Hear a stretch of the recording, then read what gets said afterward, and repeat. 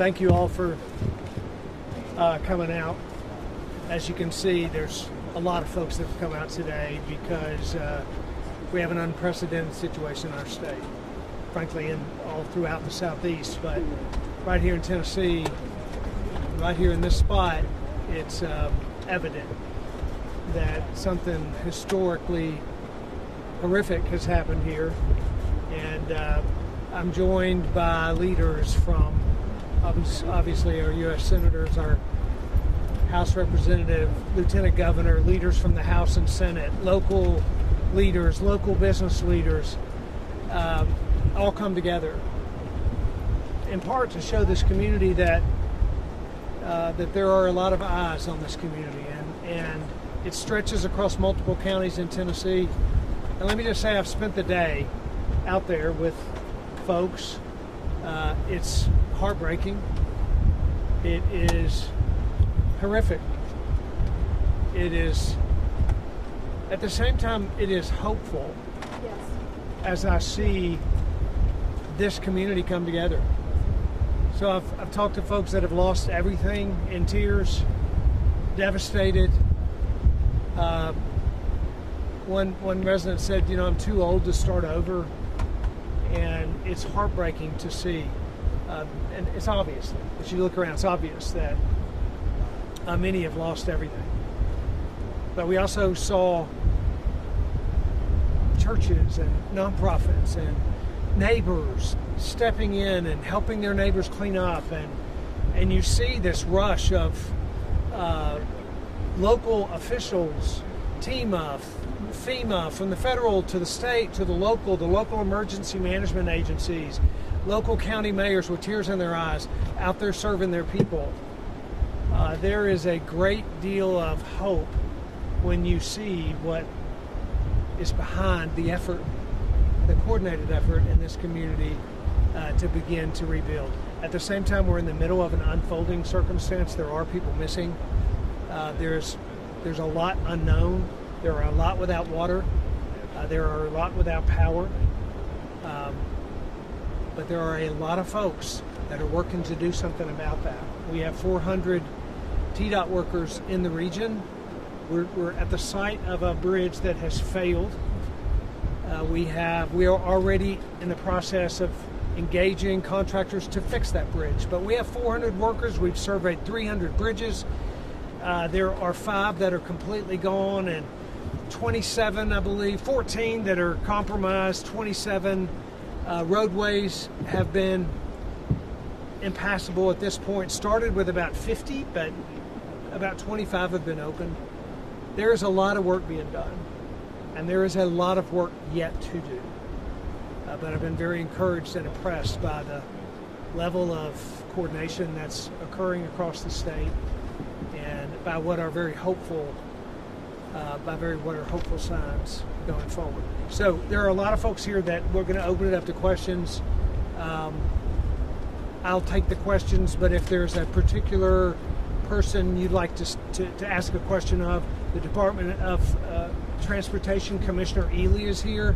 He has spent his day separated from us looking at bridges and highways and assets in the state as it relates to transportation. So Commissioner Ely is here as well. Colonel Perry from the Highway Patrol is here, as is Commissioner Long. Obviously, we have Highway Patrol engaged all across the region, both from a security standpoint, but also from a search and rescue, and from working with the TBI to make sure that missing persons are located and reunified with their families. So we have folks from all departments of state here and from all branches of government. So again, horrific, heartbreaking, and yet hopeful at the same time. And that can happen, and it is happening out there in a state that is filled with remarkable people, and this community is the brightest example of that. So happy to take your questions. Two things I'll put in here, and that'll be all for me. But one is we had seen last night that FEMA is allowing folks in North Carolina to apply for aid from the federal government, but not here in Tennessee. Why is that, and is there anything we can do about that? And then secondly, what kind of resources, monetarily or support-wise, is the state committing to bring? So we have requested of FEMA or from the federal government on the day after the flood, we requested an initial emergency declaration, which we received. That opened up a level of funding and a level of response. We now have made requests for a disaster declaration, which we expect to be approved shortly, which once again opens up the ability for additional funding for applications from FEMA. So this is all a process, but we have worked really rapidly to make those applications. Both senators and the congressman here work together to support our effort with FEMA and with federal government, and that turnaround is rapid, and that's the reason that we're going to be able to have folks make application. And then what resources is the state committing to give? Well, depending on how the federal dollars flow, we generally have a 25% match. At the time it becomes a federal disaster, then there's 100% federal money flowing in. The state obviously has resources as well, as evidenced by TEMA. We will be, and evidenced by Department of Safety, we will be utilizing the funds of the state to impact this region in multiple different ways. Governor Lee, you said this was an unprecedented event, historic. Did the state do enough to prepare the residents for a catastrophe like this? I think it's hard to imagine preparation for something that's never happened, and certainly this has never happened here. What I'm most impressed by is the way this community has responded. Yeah, that's all I'd have to say. Yeah, go one ahead. thing, Governor. This is an event that is described in terms of odds. Sometimes they say it's a 1 in 100-year event, a 1 in 200-year event. We've even heard of 1 in 500-year events. This is an event beyond any of that, greater than a 1,000-year event. It's never been reported. The thing we have to be prepared for now, and this is what I've been so impressed by, what TVA is doing, what our first responders are doing, is we're trying to move this water out as quickly as we can, because there's another storm brewing in the Atlantic. If it takes the wrong turn and comes up here again, our ground's saturated, our water levels are high. We've got to be prepared to deal with that, and we are doing everything we can to be prepared for what may come next. Let me add one thing too. As I watch Black Hawks flying in the distance, I didn't mention the National Guard, but obviously our National Guard has played a significant role both in search and rescue through the initial flooding period, and now in the continuation of support work to drop water into communities that are cut off from other communities. So I want to make sure that there are in excess of 200 soldiers in the region. I believe we have 9 helicopters deployed in this area, so there's a significant push from the National Guard as well. Yes. Why did Virginia helicopters respond to Unified County Hospital before Tennessee? Oh, because the governor and I were communicating actually that afternoon, and we had deployed our helicopters from their locations where they were stationed. It was going to be about an hour and a half, 2 hours before they could get to the site. Virginia knew that, and as you know, VALID, the system, is both in Virginia and Tennessee, so there's a mutual understanding about the importance of getting this done. We were very grateful, and I communicated with Governor Youngkin. We were very grateful that their helicopter got there some 15 minutes before ours did, and then we had National Guard helicopters, Tennessee Highway Patrol, and Virginia State Police. And it is a remarkable thing, that effort that it took to evacuate all of those people without loss of life. We're really fortunate for that. Governor Lee, a lot of folks are questioning about the time that the state of emergency was called. A lot of states around us called it on a Thursday, and you called it that Friday. Is there any clarification that you can provide about why you waited and what was going through your mind at that point? And then I have another question after that. Yeah, so I think, as you know, the hurricane first went into Florida, and then went into Georgia, and then went into North Carolina, and then came to Tennessee. So there are obviously hours You don't call for an emergency until you know there is one there. So the timing of that occurred with the timing of the emergency itself. And let me add too, as I talk about responses and initial responses before the emergencies were declared. My first call about what was happening at the hospital came from a local sheriff and reached out to me, which we began the process of helicopters. In fact, they had already begun because the hospital itself, because Ballard had started the wheels moving on getting helicopters there. But local law enforcement, I can't thank them enough for their immediate response. Across all of the 5, 6, 7 affected counties, our local EMAs and local law enforcement, including firefighting departments, have been incredibly well coordinated. Multiple people on Friday went to work at Impact Plastics and they never made it home. Floodwaters came and it was too late for them. Is that acceptable? And what responsibilities do employers have to their workers during times like this? Yeah, I think it's tragic.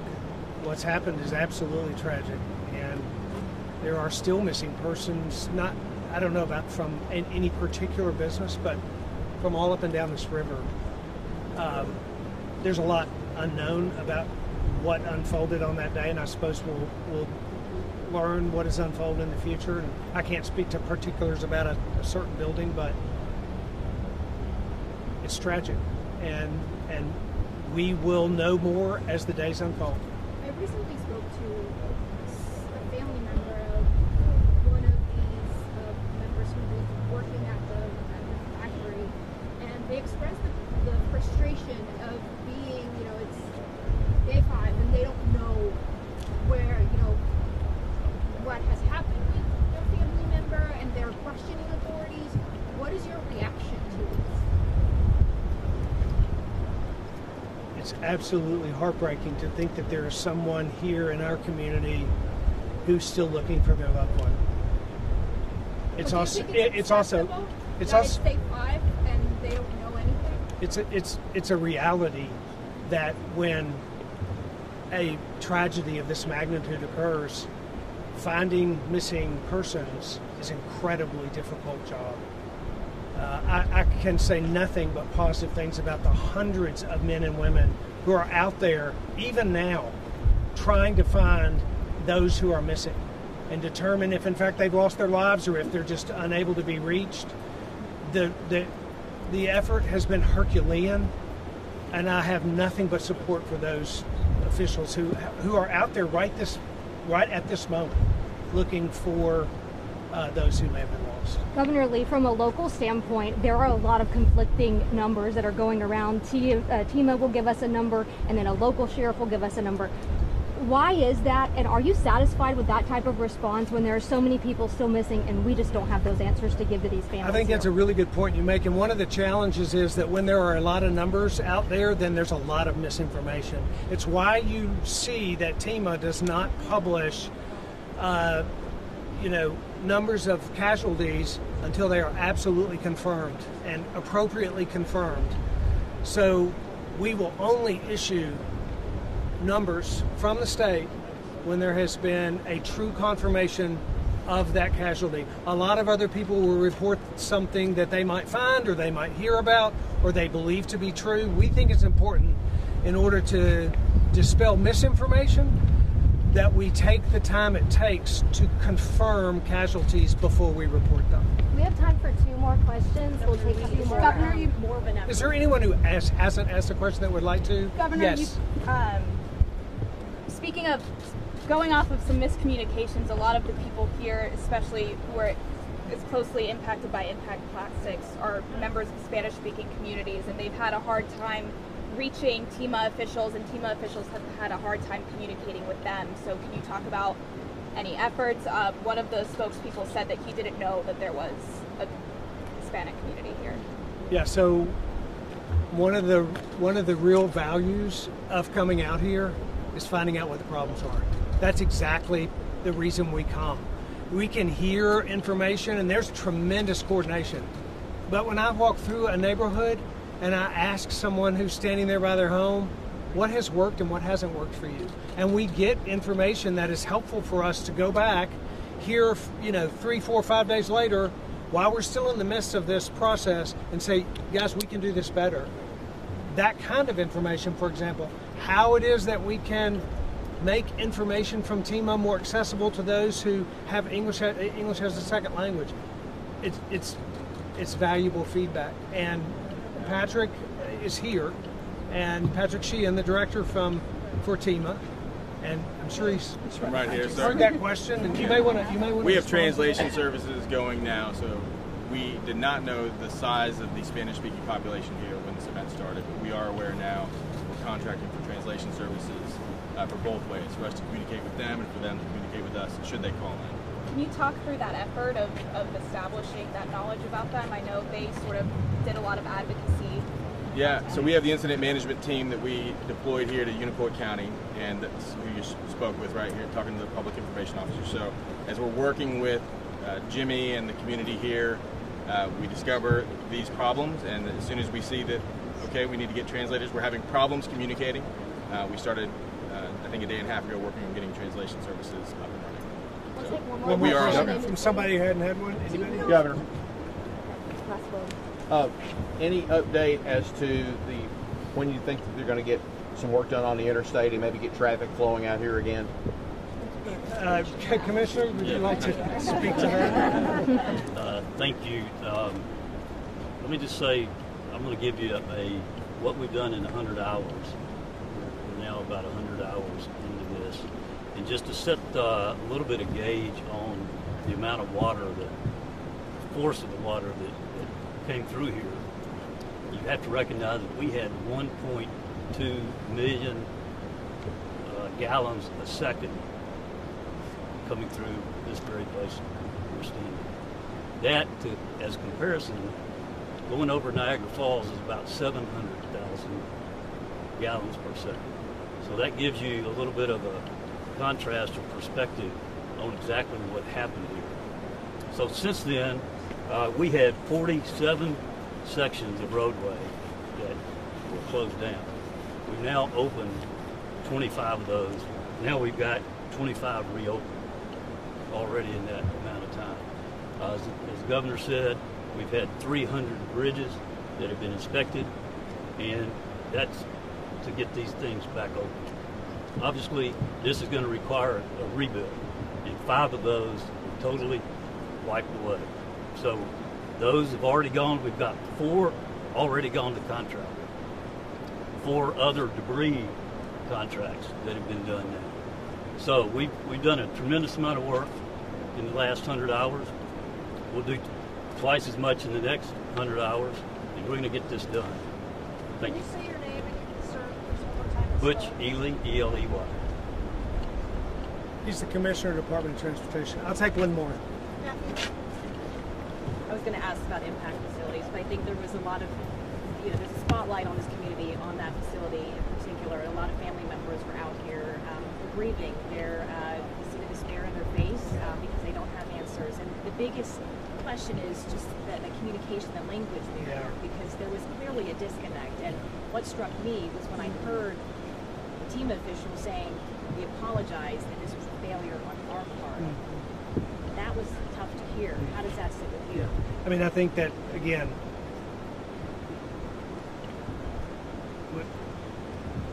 we're seeing tragedy here, and we've seen it unfold. You are right. The faces of these families, the tears in their faces, it's hard for any of us to see.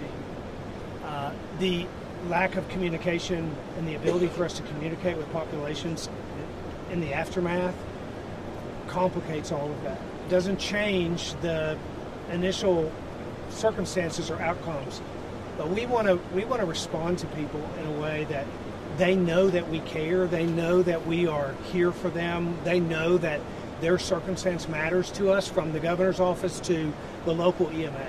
Whenever there's an inability or a disconnect, like a language barrier, that has not been anticipated from TEMA in this county, which we are not, we're not on the ground in this county until we have a tragedy. But whenever there's a disconnect like that, we want to address it immediately. It's tragic what's happening, and it's tragic what's happened to those families. And to the degree that we can provide aid for them, timely, in a quick response, in a way that makes them know that we actually do see them and are very concerned in their well-being, that's our goal from this day forward. And when we miss something, we'll correct it, and we'll make up for it. Something about communication. Please, sure. One thing we've noticed, I'm Diana Harshberger, the representative for the 1st District in U.S. Congress. HARSHBARGER. What I wanted to let you know, there's no substitute for boots on the ground. When you go to Mountain City, you go to Johnson County, you go to Rome Mountain, you hear what these people really need, and communication is what I heard. Every county I've been in, I was in Cott County till 9 o'clock last night. And I want you to know what we've done as just a regional effort. We had 10 different Starlink systems given to us by a donor, and it was Robbie Starbuck who sent them up from Nashville, and he brought a crew to put them in. Last night we implemented 3 or 4 in Newport and Cott County. Today we went to Mountain City and we went to Roan Mountain, and we put those Starlink systems in, and we have one here for Irwin.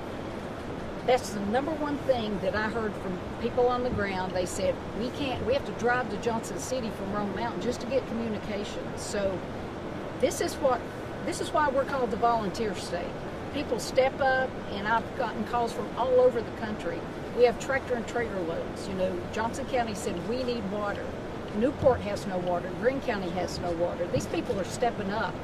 And now I heard from Patrick, the TEMA director, that they're going to have a staging facility at Bristol Motor Speedway, and we'll make sure that that is out to the public, that they know what's happening, and then they'll ally from that. But it's the kindness of people who hear about our plight here in East Tennessee, and we were just happy to be a part of that, to set these stations up to where they could get out and emergency communication. Lawmakers here, do you guys? I know that you left for recess, but do you consider that there is a need to go back to Congress to do a legislation to get more appropriation for this emergency?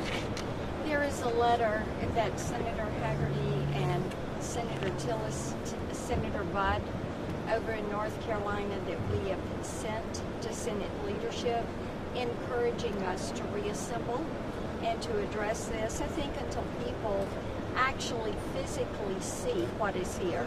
And of course, Saturday, the governor and Commissioner Ely, Director Sheehan, Congresswoman Harshbarger, and I had the opportunity to go through and survey everything, and then today to be on the ground.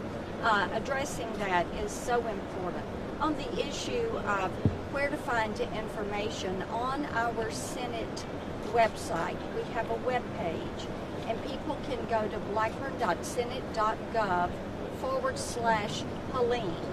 And on that page, we have put all the links, the phone numbers for county mayors. This way, for people that are needing help or people that want to come in and help, have the proper contact, where to send donations or where to engage in order to help Upper East Tennessee. I'll close with comments about that. To add to that, there has been a great outpouring. We were at the local Baptist church here that has set up a food bank, and we have officially delivered about 50,000 cases of water, but there's water, there's diapers, there's food, there are shelters set up, hot meals being delivered in every one of these affected counties, and most of them are being implemented, and that's being facilitated by nonprofits, anywhere from national nonprofits like Red Cross all the way down to the local church. TN.gov/TEMA has also information besides the Senate webpage about where individuals can go to either volunteer or to know how best to volunteer, whether it's to send financial resources, where to send them, when people want to help. And there are lots of people that want to help, and we are so very grateful for that. there are ways to do that, and you can look at those websites and go to those links that allow you to be a part of the volunteer state as we serve the people in our community. Thank you all very much for being here today. Thank you.